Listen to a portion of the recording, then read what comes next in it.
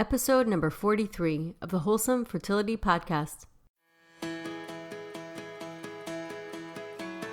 Welcome to the Wholesome Fertility Podcast. I'm Michelle, a fertility acupuncturist here to provide you with resources on how to create a wholesome approach to your fertility journey.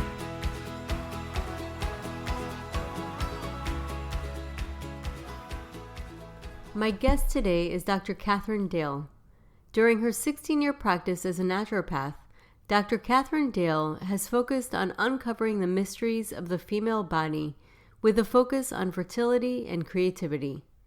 As a natural medicine doctor, Katherine guides her patients to increase fertility, energy, and hormone balance within their bodies.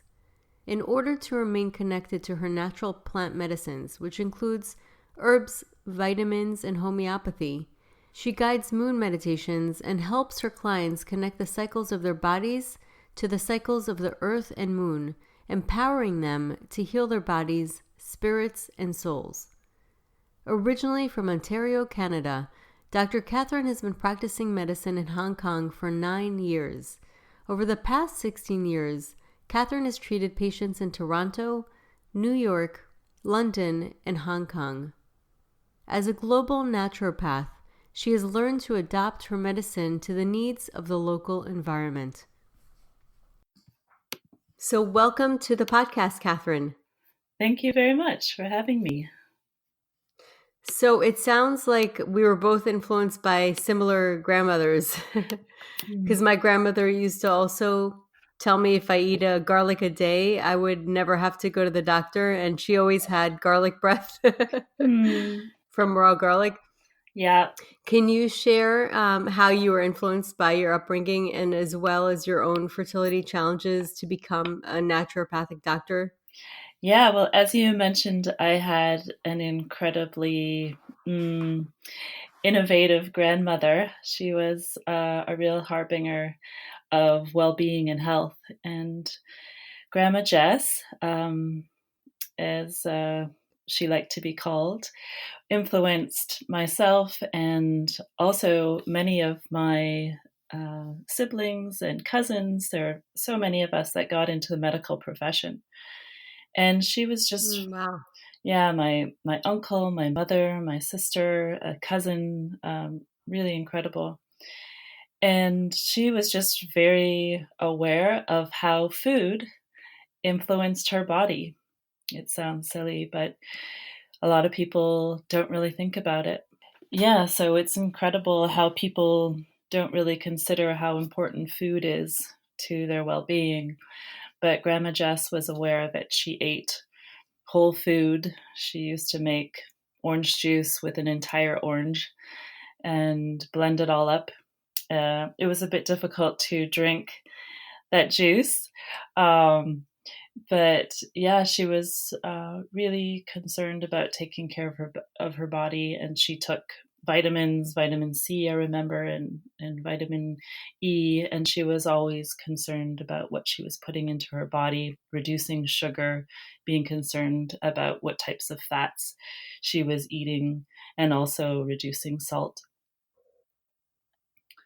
So my own journey into wellness, I was quite young when I started to think about my own menstrual cycle. I guess that's really how I first started to be concerned about what was going on with my health.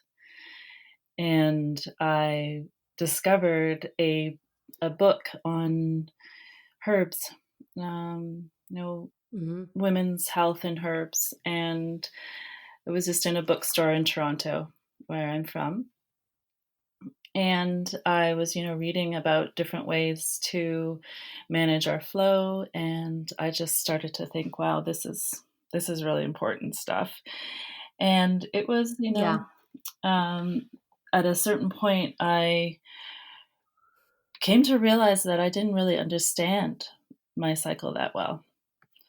I knew, that there was some regularity to my cycle, but I wasn't completely aware of how to identify when I was fertile. And right. Yeah. And I actually had an encounter, you know, an unsafe sex and with my boyfriend, now husband. And at the time, Hmm. I wasn't ready to have children. And I went to the Hmm. doctor, and she asked me, when was your last period? And I said, well, I've just finished. And she said, well, you can't get pregnant. It's unlikely. Do you have a regular cycle? And Hmm. I was like, how, this, it sounds crazy to me now because this is so important to my work. But I didn't understand how she knew that. So Right. yeah, so I made it a priority to understand and figure this all out, and it was, I started to study menstruation and learn about different tracking methods, and it wasn't really too much of a concern for me until my second to last year of medical school, or it was, sorry, naturopathic medical school, and Hmm. I had a miscarriage. And Wow. yeah, and I had never had, I'd been very good using my tracking, and I think what had happened actually is I had been treated by a Bowen therapy treatment, and Hmm. which was like to adjust one of the vertebrae, the very lowest vertebrae of the skeleton, and I think that's how I ended Hmm. up getting pregnant. Uh, but when I had a miscarriage, it all of a sudden became really important to me to have a baby. Yeah. I, uh, yeah, I realized how joyous I felt being pregnant and how important it was for me. At this point, I was married, and my husband was almost into his career, and I was close to finishing naturopathic college. And yeah, it was like this trigger that was switched, like this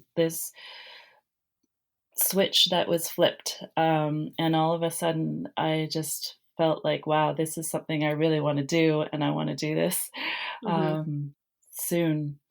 And that whole experience of losing a life was, yeah, I think quite significant.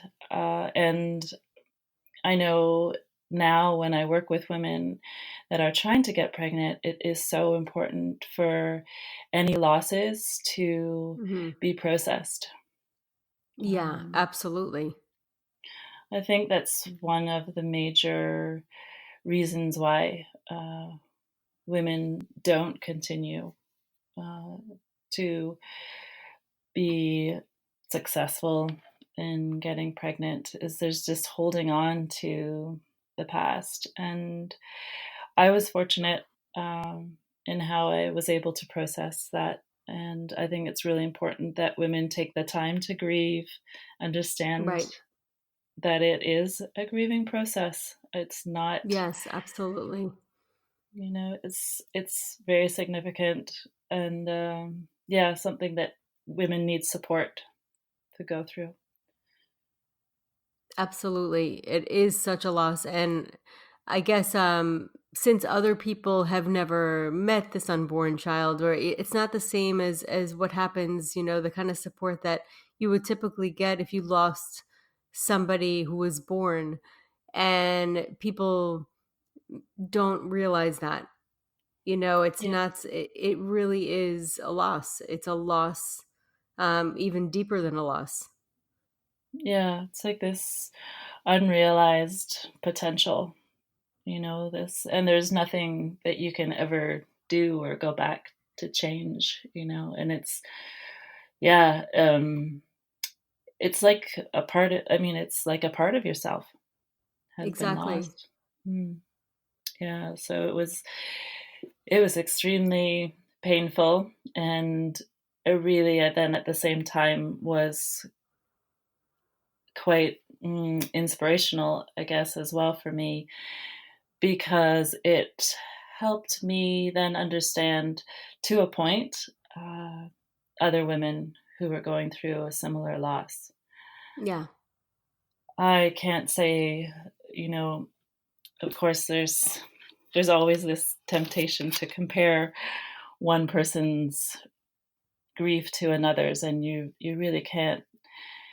However, some of the trauma that I have heard from the women that I work with, of how difficult their own miscarriages were, how uninformed they were, really how they were kind of cast off by the medical Hmm. profession and, made to go out the back door of the office so that they didn't disturb the customers or the clients in the waiting room, just some really Oh my God. upsetting, really disturbing stories. And it's actually, even talking about it now, makes me remember and feel that sadness again. And we need to reach out to each other. We need to almost turn it into ceremony, which Yeah. is something that I'm very attuned to right now in my practice and in my life, is adding in ceremony, adding in ritual, Yeah. just I like, think as humans, we need that. It's so innate. We've been doing it for pretty much all of our existence, and it's so important, and it also brings importance to that life event. yeah, yeah. So I was, my own story was, I was very fortunate. The people that were around for me, after I went to the doctor after the miscarriage to check that everything was okay. And the technician that did an ultrasound for me was so supportive. It was incredible. I felt like angels had been sent around me, because he said to me, this is common, happens to many women, and it's your body practicing. It was very, very sweet. Hmm. Yeah. And then I had a nurse who encouraged me to name the lost child, so we named him Angel. Oh And wow. yeah, she was incredible. It was beautiful that she took that time with me. And then later on, I was in a women's circle at Anishinaabe Health here in Toronto, and we did a women's circle, and I asked about the life of um, this child that I had lost, and she said to me that all life has meaning, Mm, that's beautiful. and that no matter how long or short, it was important. Wow. Wow. I just got the chills all over my body. Yeah. That's just incredible. It doesn't matter. It's still important. Mhm. And it still has a soul. I really Mm. do believe I'm very spiritual, and I do believe in souls, and I do believe in that soul connection. And you just feel that. You do. Mm. You Yeah. absolutely do. Yeah. It's incredible.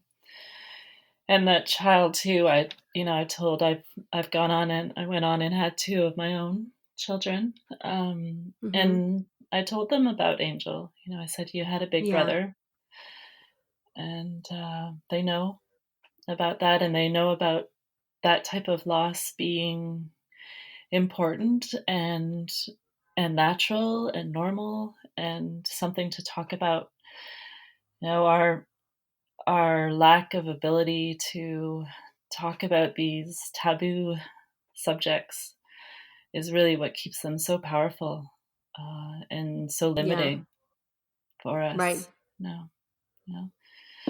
So I went on, I had one of my favorite stories is of a patient of mine who now is living in Italy, but she had quite a difficult experience with a loss, and it was not as beautiful an experience as I end up having with all these angels around me.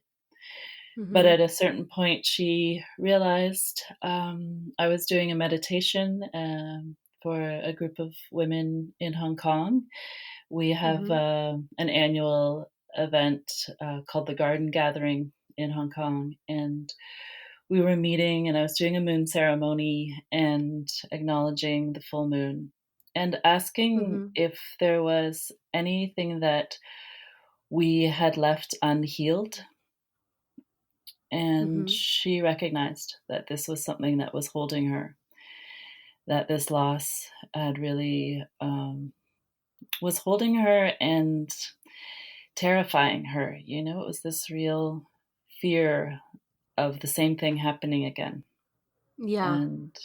and how she just would not be able to handle it again, and it just had really made her quite fragile. So we It's worked. interesting how we push things back, that way and not even realize it Yeah, until things come up. yeah.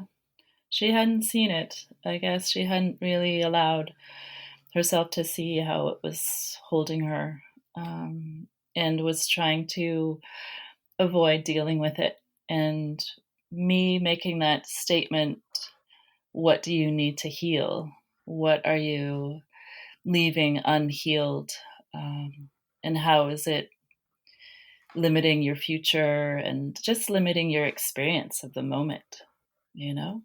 Because so often, I mean, as a spiritual being yourself and your listeners, I'm sure, we so often are living in some other time, the past or the future, but what about just being right here now?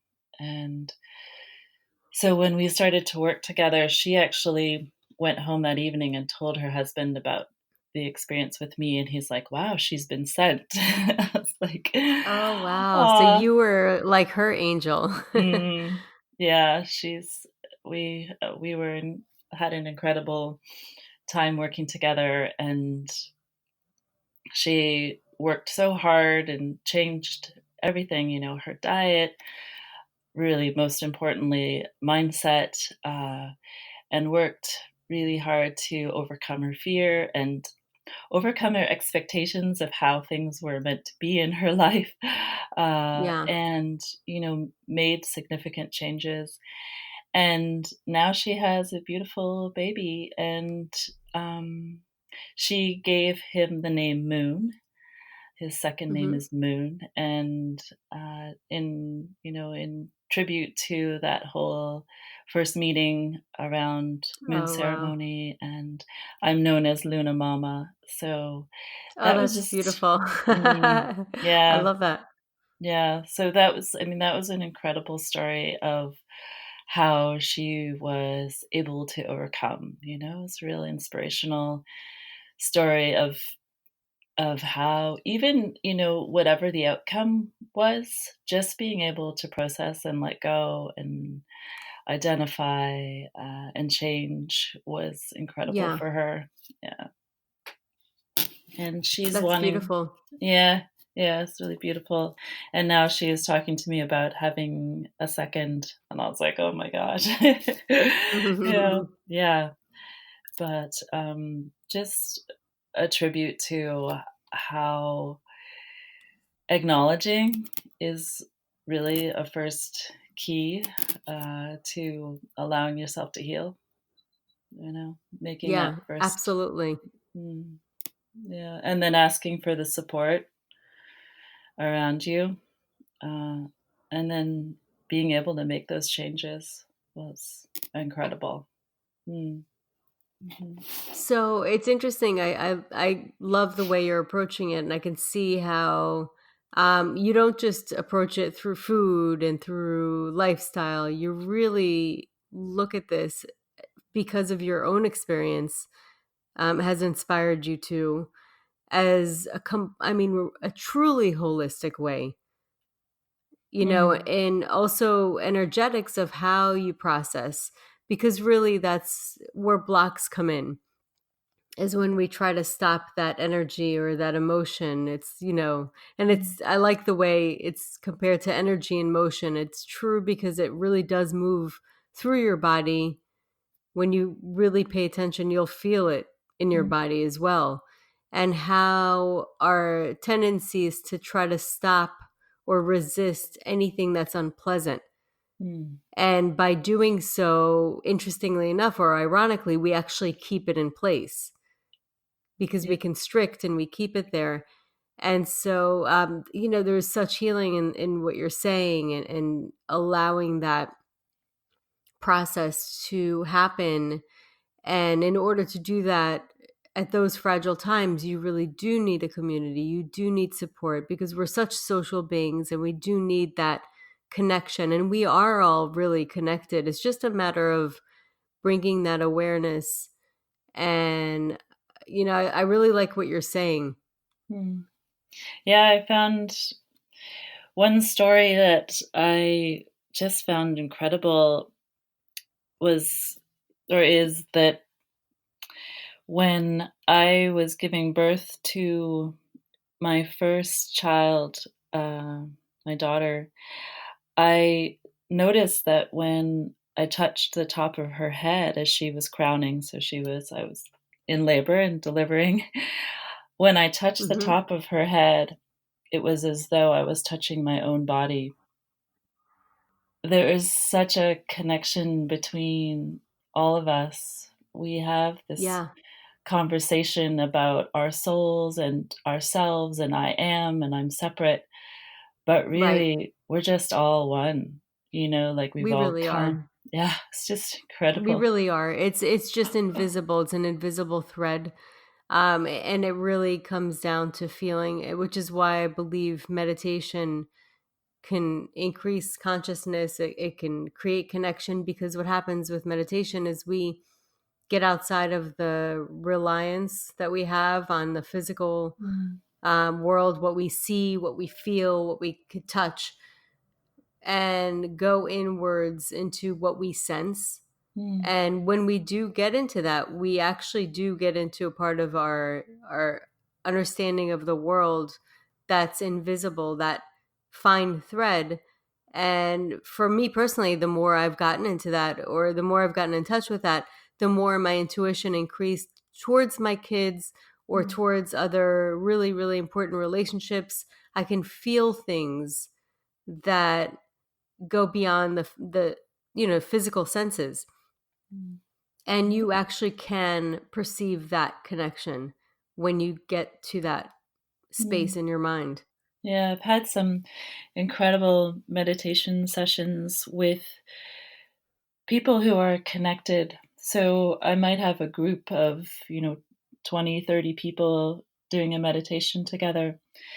And the more connections there are, the close connections like sisters or partners, but really I had this one session where it was a brother and a sister and the wife of the brother. And the session went so deep, so quickly. The energy between the people in the room was so fluid. It was Hmm. intense, the relaxation of the mind, just going completely into sense, as you said, and just feeling relaxed and unconcerned and Hmm. trusting. It was really incredible how that happens in a meditation session. And Hmm. doing the moon ceremonies, as I was doing in Hong Kong, it started to bring people closer together. Those ceremonies in Hong Kong really have taken off. There's so many people, yoga centers and health centers, clinics that are starting to do ceremony around the moon. Yeah. And, it's a very powerful way of becoming more connected to the present moment, to the physical self, to the rest of the planet. Yeah, This is how we become healthy. This is how, it's true. yeah. It's true. We come back to our home or our Mm. nature. Hmm. Yeah. Love it. That's Yeah. great. Yeah. So I know that you call yourself a whole food foodie, which I love. That's a great way to say it because a foodie, the term is somebody who loves food, and typically it's not whole foods. Yeah. It's food that just going to restaurants and not really knowing what's in there and just eating it for taste.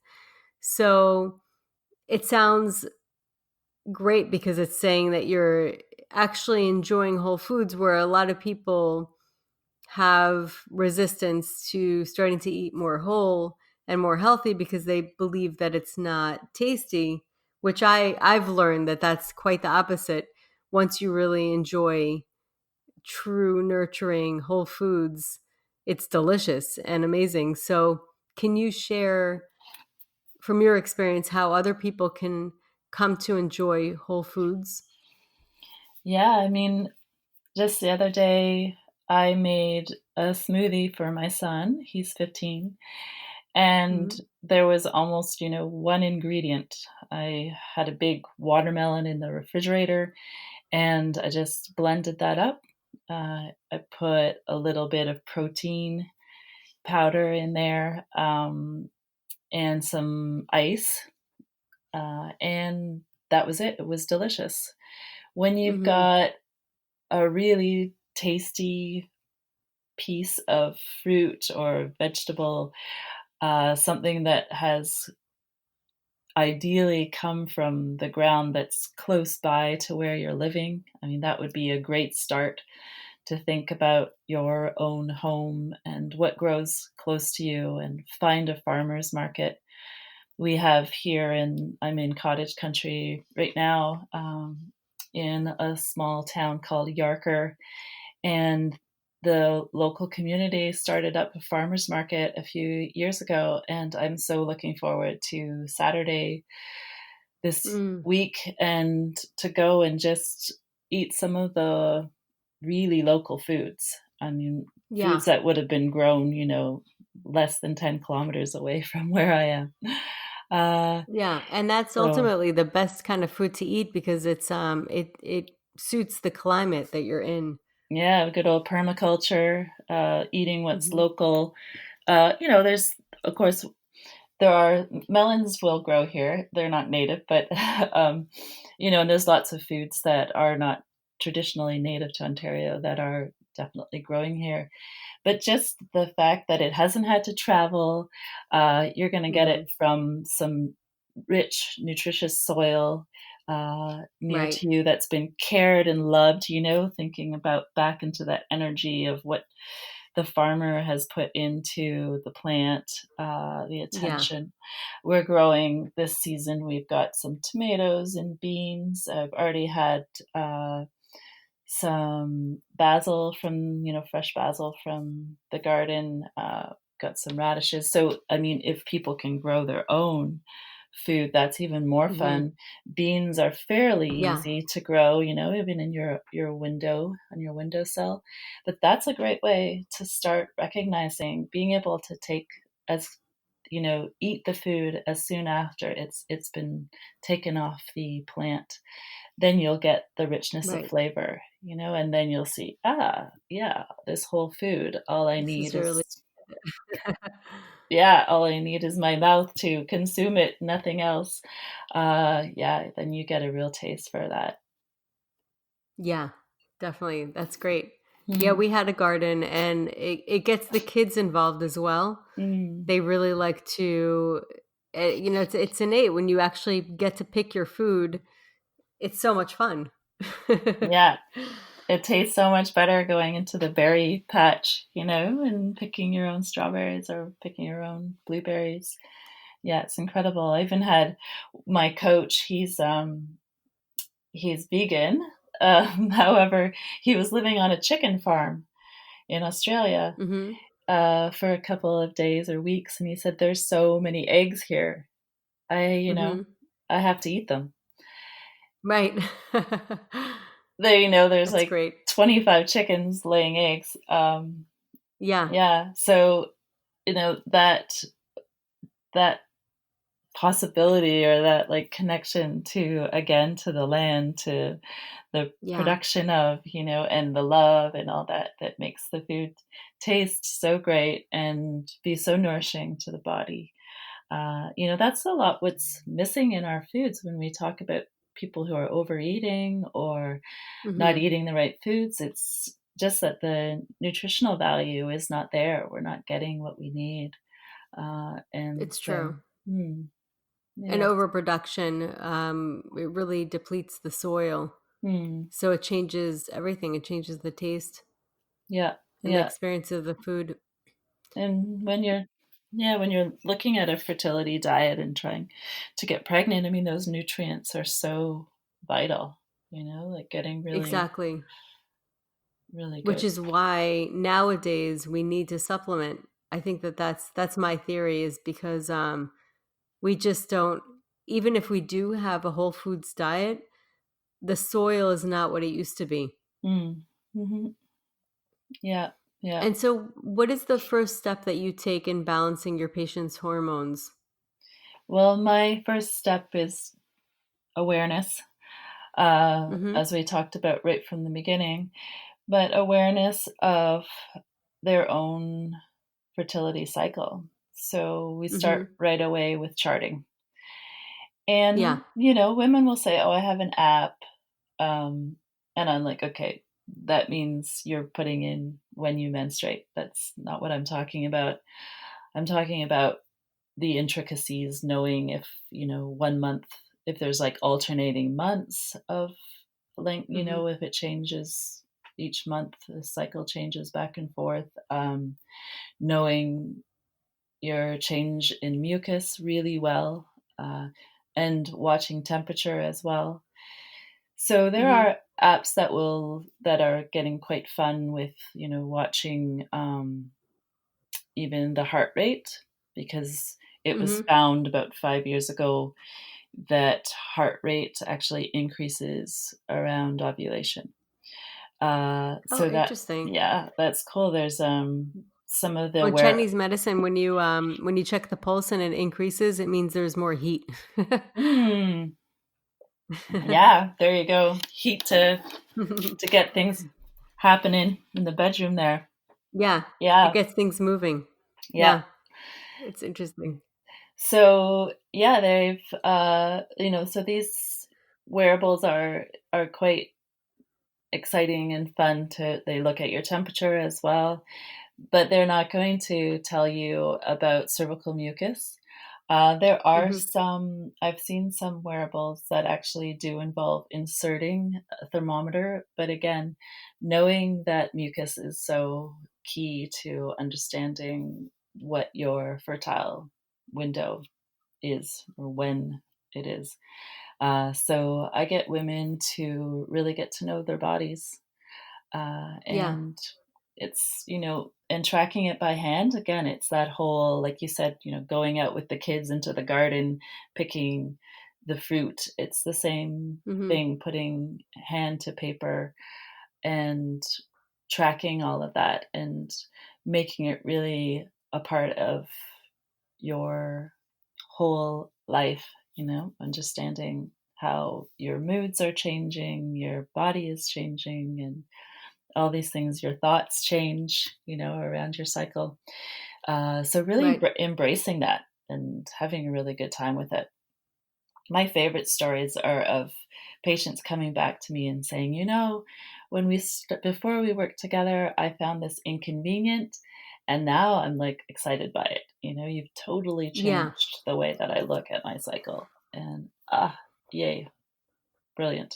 That's what we Yeah, want. it's anything that you really adopt into your lifestyle. Same thing with exercise or meditation or these kind of things that at first seem, oh my God, I have to do this. Hmm. But then afterwards, it's like you can't not do it. Yeah, yeah, and you So it's can't. interesting Yeah, how that works. yeah. blossom. No. And so what have you been finding to be the biggest hormone disruptors? Because there are so many I can even list, but I was just wondering from your experience, since you work with hormones, what have you noticed? Yeah, I think a lot of it, living in Asia, was quite a bit of a challenge. The food quality is not ideal. I was in Hong Mm-hmm. Kong, and a lot of our foods were imported. So we're getting toxins in our foods. Mm-hmm. And we're using a lot of plastics as well in our environment. Mm-hmm. That's something that Yeah.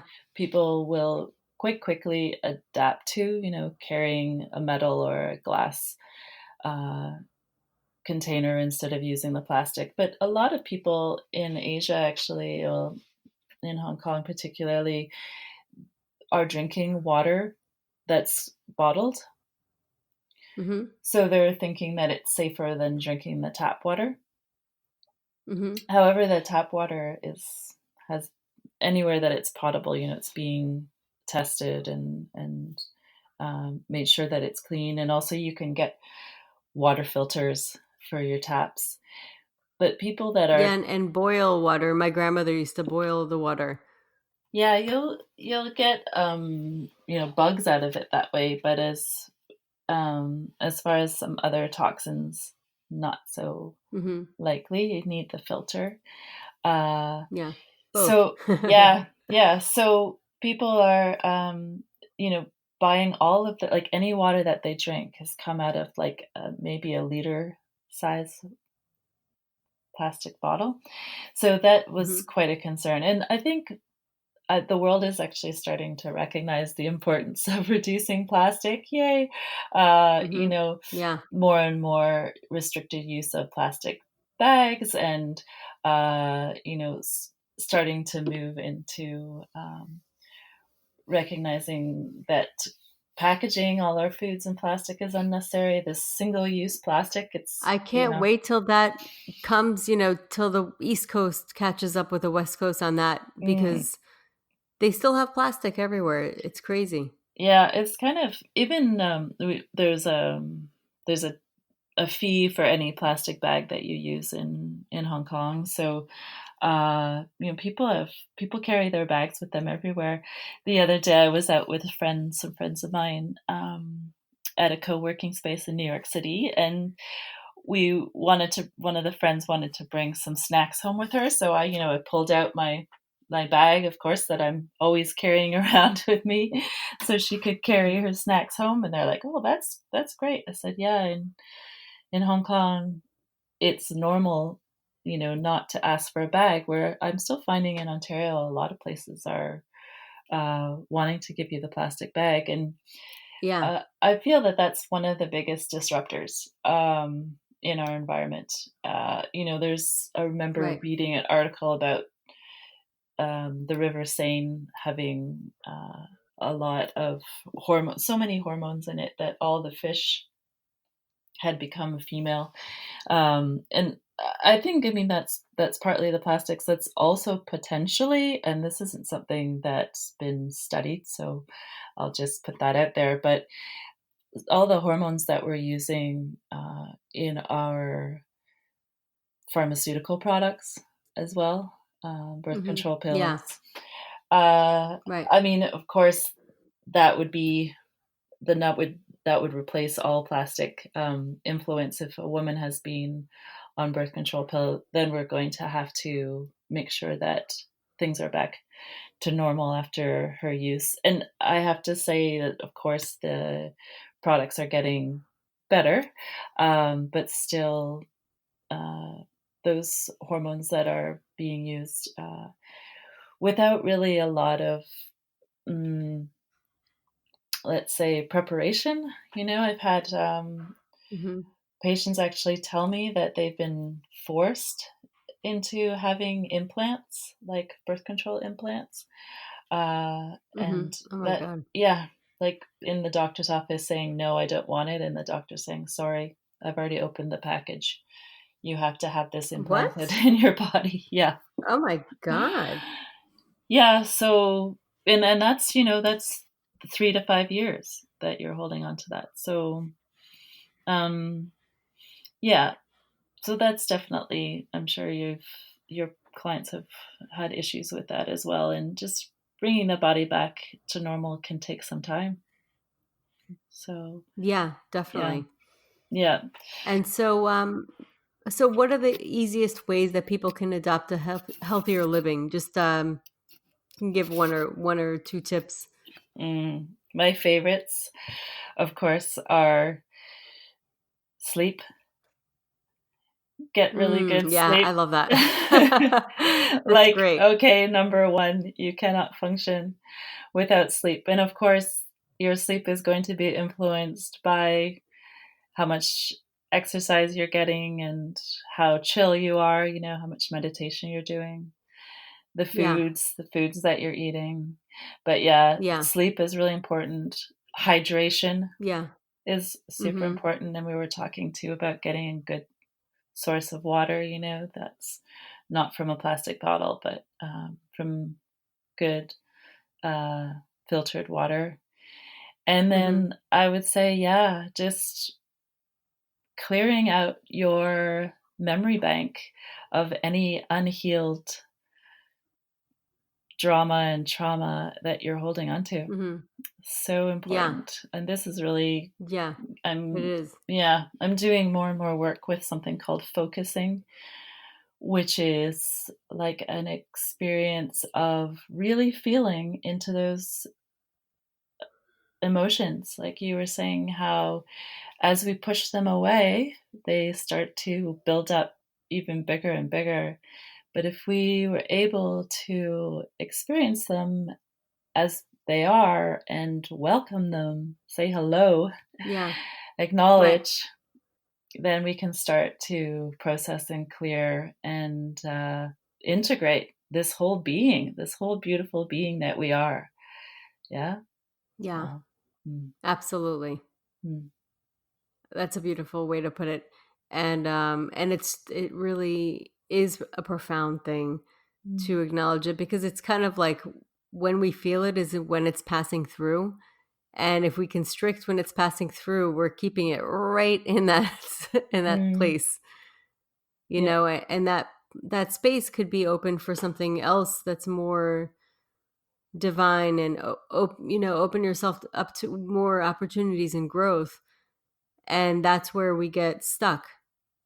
Yeah. I think the concept of chi, this concept of keeping things moving through the body and avoiding blocks, processing so Yeah. that things continue to move, that we continue to evolve emotionally, physically, spiritually, allowing that new ideas, new energy in every day. We Hmm. eat new foods, we Yeah. let things out. It's this whole process, and the planet is doing it. So why not do it yourself? Yeah. Exactly. 100%. Hmm. If you want to see how to live, just look at nature. Yeah. Yeah. Not afraid to let it go. Awesome. Yeah. Yeah, definitely. So, how can people find you? Yeah. I am at Dr. Katherine Dale everywhere. Catherine with a K. And I'm on Instagram, and I have a website, also Facebook. And they can always email me as well at contact@drkatherinedale.com. And yeah, reach out. I also have like a free fertility chart that people can sign up for. I can give you a link to that, and they can have access to the chart that I send out to all my patients. And there's a little bit of instruction there as well. So yeah, that's it. Awesome. Well, it's been a pleasure having you here. I thank you so much for coming on the podcast today. Thank you very much. It was my pleasure. I really enjoyed it. So, that concludes today's episode. You can find all the links mentioned on the episode notes. If you're enjoying these episodes, please take a moment to leave a review. Reviews are everything to podcasters. You can find me on my website at www.thewholesomelotus.com. and please be on the lookout for my online course and program. This course has emerged from everything that I've been using for the fertility program I now offer at my office. I wanted to consolidate all of my suggestions and coaching and put it into a form that anyone can purchase and use. It was important for me to encompass key fertility health factors as well as guide you in implementing changes in your routine that are shown to boost fertility while being realistic and user-friendly. I will be offering this course with and without coaching. If you're interested and want updates as well as a free ebook on my top 10 fertility boosting habits, you can visit my fertility page on www.thewholesomelotus.com, where you can find the subscription form. I thank you so much for listening in and hope you have a beautiful day.